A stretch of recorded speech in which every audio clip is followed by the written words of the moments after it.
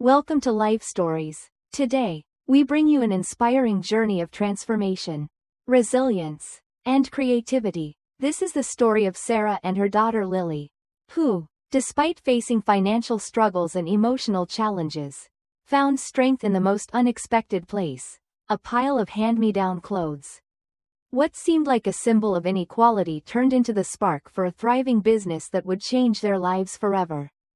Join us as we explore how a mother and daughter turned adversity into opportunity, and how love, empathy, and creativity can shape our future. Don't forget to subscribe to our channel to start today's story. It was a bitterly cold morning in Cleveland, Ohio. Snowflakes gently drifted down from the pale sky, blanketing the world outside my window in a soft, white silence. I stood there for a long while, staring at the snow-covered street below, letting out a deep sigh that echoed the heaviness I had been feeling for days now. As Christmas approached, it seemed the weight of everything, the past year, the struggles, the loneliness, had settled on me in ways I couldn't shake off. I had always loved Christmas. The scent of pine trees and cinnamon, the sparkle of lights, the magic in the air. It was a season that, no matter how hard life was, could lift my spirit if only for a moment. But this year, it felt different. The joy I used to feel was buried under the realities of life. Buried under the struggles of being a single mother. 5 years had passed since my divorce from Thomas, and while I tried my best to shield Lily, my daughter, from the pain of it all, there were moments when I felt like I was drowning. Our lives had shrunk down to a routine, the hum of responsibility wearing on me. My salary as an accountant at a small firm barely covered our expenses. After rent, utilities, and the usual bills, there was little left for anything else. Mom, look, I finished all the Christmas cards. I turned at the sound of Lily's voice, so bright and cheerful, holding up a stack of handmade Christmas cards she had made all by herself. She was only 10, but her innocence and energy filled the room with a kind of light that, despite everything, warmed my heart. She was my hope, my reason for pushing through. I couldn't help but smile as I looked at her. "These are lovely, Lily," I said, my voice soft with pride. "Grandma and Grandpa will be delighted." But even as I said it, my heart was knotted with anxiety. I didn't want to burden her with the truth.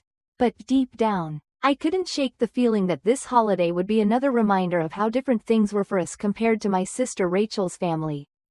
Lily was my only comfort in the world. She had the gift of seeing the good in everything, the ability to see beauty in simple things, in ways I had long since stopped doing. But sometimes, even her bright smile couldn't ease the ache in my heart.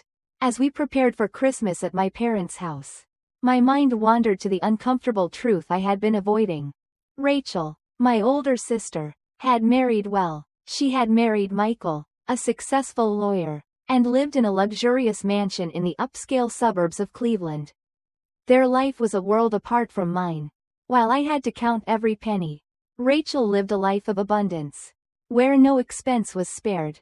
Their son, Noah, was always dressed in the latest designer brands, each outfit more expensive than the last. And then there was Lily, who often had to make do with second-hand clothes. I had to shop at thrift stores to stretch every dollar, buying her what I could afford, which was rarely much. Lily never seemed to mind, but I could see how different the way she was treated by my parents was. It hurt to witness it. The gifts they gave to Lily were always modest, always smaller than what Noah received, and always accompanied by the unspoken message, "You don't need anything extravagant." I tried to shield Lily from it, but I could see that she noticed. At that moment, Lily came rushing into the kitchen, excitedly telling me about her plans for the day.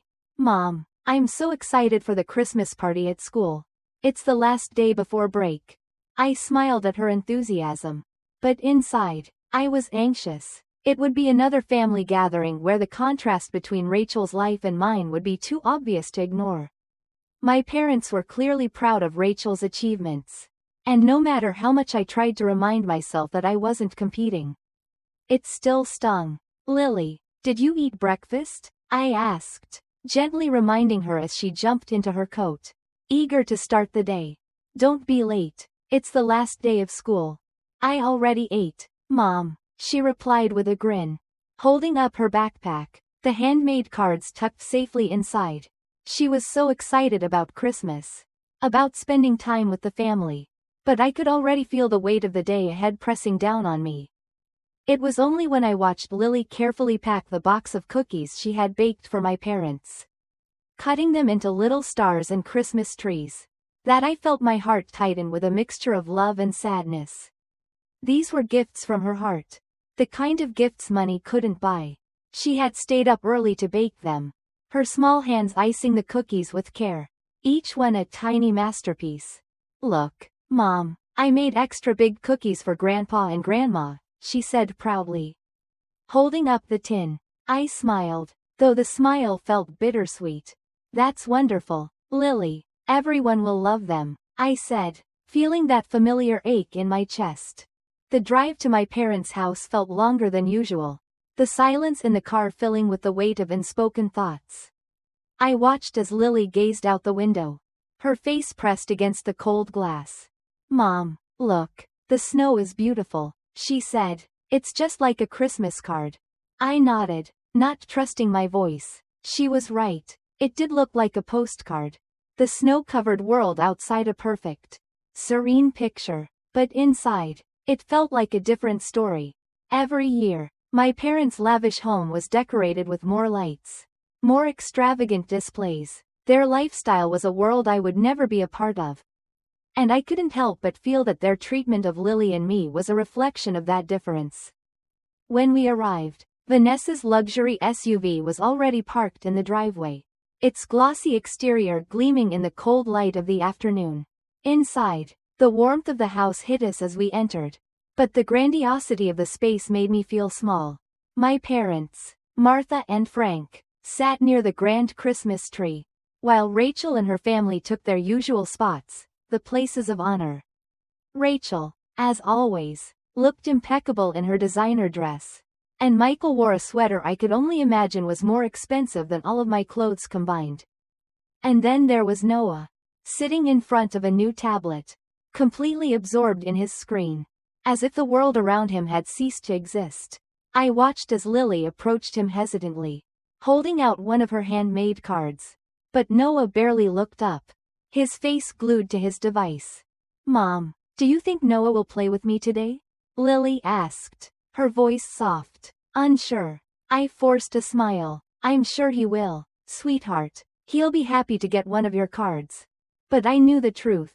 Noah rarely paid any attention to Lily. It wasn't just the children, it was the adults, too. I had grown up feeling like the second best daughter, the one who was always in the shadow of Rachel's perfection. And now, I was watching Lily experience the same thing. I wanted so badly to shield her from it. But as I watched her stand there, holding her gift of cookies and smiling brightly, I promised myself that I would do everything in my power to make sure she never felt less than anyone. She deserved so much more than what the world sometimes offered her. The air inside my parents' house felt thick with unspoken tension as we walked through the front door. The elaborate Christmas tree sparkled with expensive ornaments, and the rich scent of roasted turkey filled the room. But it wasn't enough to mask the underlying discomfort that always seemed to settle over us. Rachel's family had already claimed the prime seating in the living room. The spots that spoke of status, of preference. And there we were, entering with our modest gifts, carrying our hopes high but knowing all too well how this scene would unfold. My parents, Martha and Frank, greeted us with smiles that were polite but not warm. Martha, ever the gracious hostess, looked at me with a slight frown. You're late, she said, her tone light but firm. We've been waiting for you for an hour. It wasn't the first time she had said something like that. In fact, it had become almost routine for me to apologize for being late. Though the truth was, it wasn't usually my fault. Traffic had been heavy, yes, but I also knew the real reason for my late arrival wasn't just the roads. It was the emotional weight of this gathering that I couldn't shake off. I'm sorry, the roads were a bit busy. I managed, trying to suppress the bitterness that threatened to spill out. My hand gripped Lily's a little tighter. though she was oblivious to the tension in the air. She was too excited, her little face glowing with the joy of the season. "Grandma, I made cookies for you," Lily said, holding up the tin she had so carefully decorated with her little hands. Martha glanced down at it, her lips curling slightly in a forced smile. The cookies weren't perfect. They were a little misshapen, the icing a little messy. But they were made with love, something I knew my mother often overlooked. "Thank you, Lily," Martha said, her voice flat. She set the cookies aside almost immediately and turned her attention to the gifts. "Let's start with the gift exchange," she announced, her eyes flicking to Rachel, who had already begun to unwrap her designer scarves and expensive wine sets. The room buzzed with polite exclamations of admiration as Rachel and her husband, Michael, opened their gifts. I watched, a knot tightening in my stomach, as Noah, my nephew, opened present after present, the latest gaming console, brand name clothes, high-end sneakers. He was thrilled with each gift. His loud, "Thank you," punctuated by the enthusiastic cheers of the adults.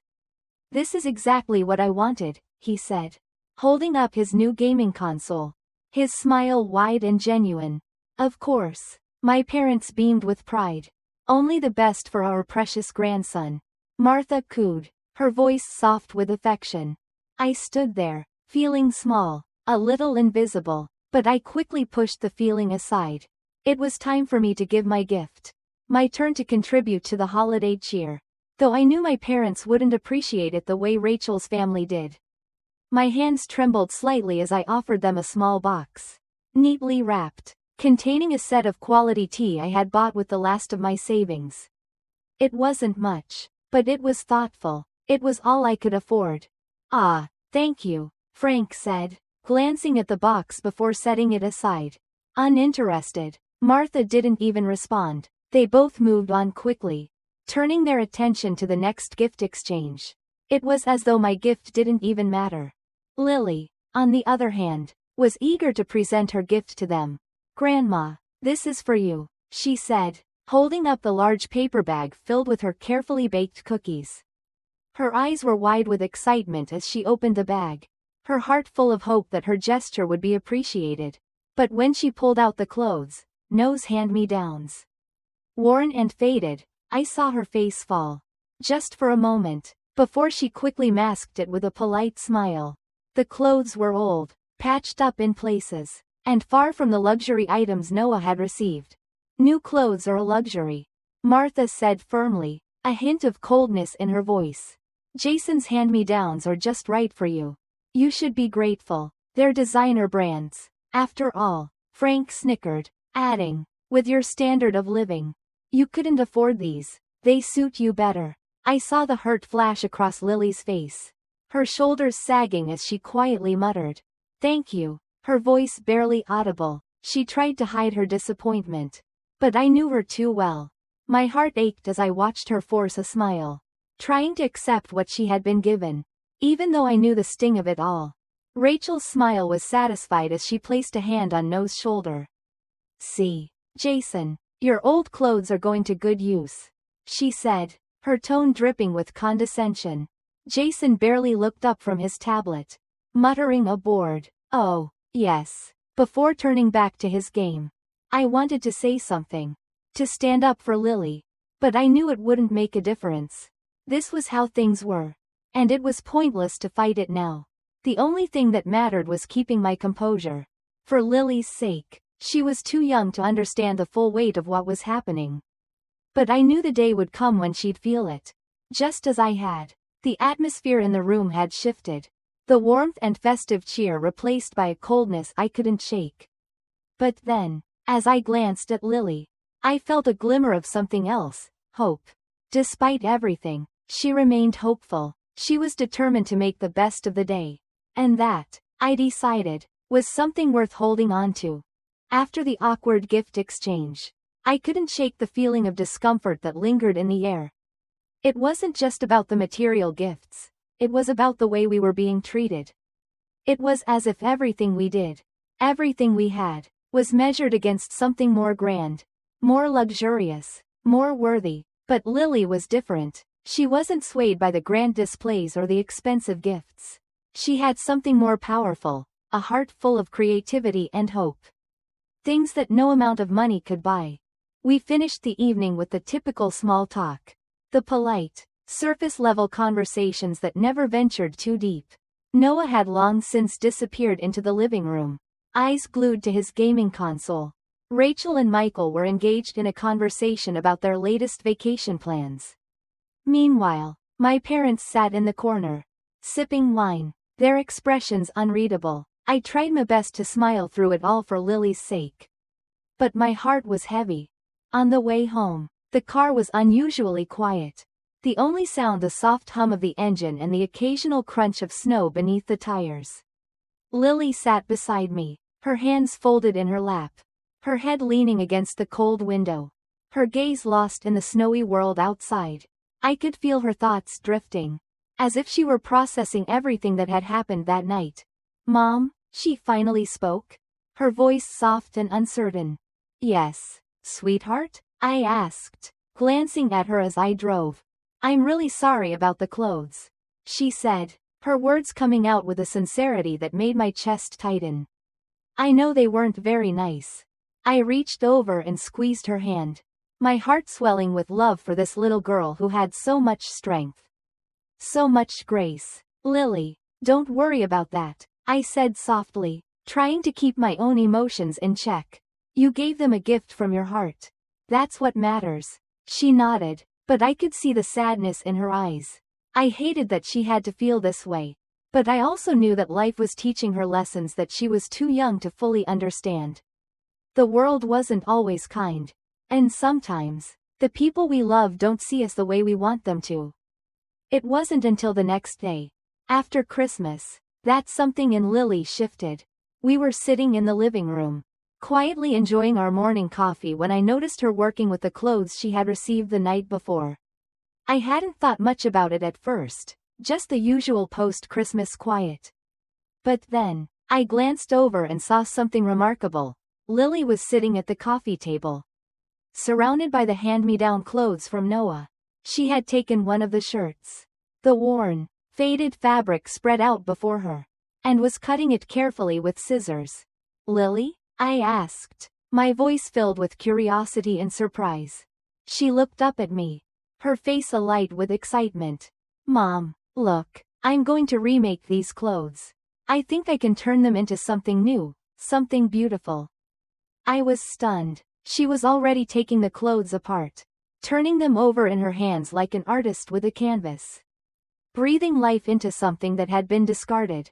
I watched in awe as she carefully placed pockets from an old jacket onto a shirt. Her eyes focused with a determination I had never seen in her before. It was like she was channeling everything, the frustration, the hurt, the sense of being overlooked, into this one act of creation. I sat down beside her, amazed by her ingenuity. "Lily, this is incredible," I said, my voice barely above a whisper. "You're turning what could be seen as trash into something beautiful." She grinned, her eyes shining with pride. "I've always wanted to design clothes. Mom, I think I can make something really cool out of these." In that moment, I realized that Lily wasn't just turning clothes into new designs, she was transforming her experience. The hurt, the unfairness, into something powerful. She was taking what the world had given her and making it her own. It was a lesson I didn't know I needed to learn, but one that had been right in front of me all along. For the rest of the Christmas break, Lily and I worked together. I dug out an old sewing machine I had found at a garage sale years ago, one I had almost forgotten about. We spent hours disassembling and remaking the clothes, flipping through sewing books, and coming up with new ideas. I watched in awe as Lily's vision came to life. Each piece she touched became something entirely different, something uniquely hers. The stitches weren't perfect, and the designs were raw, but they were full of passion, full of heart, and in those moments, I felt a sense of peace I hadn't felt in a long time. We weren't just making clothes, we were creating something new. Something born from the struggles we had faced. On the final day of the break, Lily proudly showed me her first remake, a blouse she had created from an old polo shirt and a scarf she had repurposed. It was a beautiful combination of childish innocence and grown-up sophistication. "Mom, do you think I can wear this to school tomorrow?" she asked, her voice full of hope. "Of course," I said, my voice thick with emotion. "It's amazing, Lily. I think you're going to make a statement." The next day, as she walked into school wearing the blouse she had created, I couldn't help but feel a surge of pride. She had taken something that others had seen as worthless and turned it into a work of art. And as I checked my phone later, I saw that the PTA group chat was buzzing with compliments about her outfit. "Where did you buy it? It looks like it's from a boutique." It was in that moment that I knew Lily's passion had found its way into the world. As the months passed, Lily's creations blossomed into something I could have never imagined. The small business we started in the warmth of our living room had grown. And Lily's designs were being shared and praised by more and more people. Her creativity had opened up a world of possibility for us. What began as a way to remake discarded clothes turned into a thriving online shop, offering sustainable fashion that spoke of hope, innovation, and love. We were featured in local magazines, celebrated for our eco-friendly approach and Lily's unique designs. The response from customers was overwhelming. And soon, we were selling out pieces faster than we could make them. Each garment was more than just fabric, it was a story. A lesson, a piece of Lily's heart sewn into every seam. One evening, as we sat in our new home, which was a world apart from our old apartment, I realized just how much we had changed.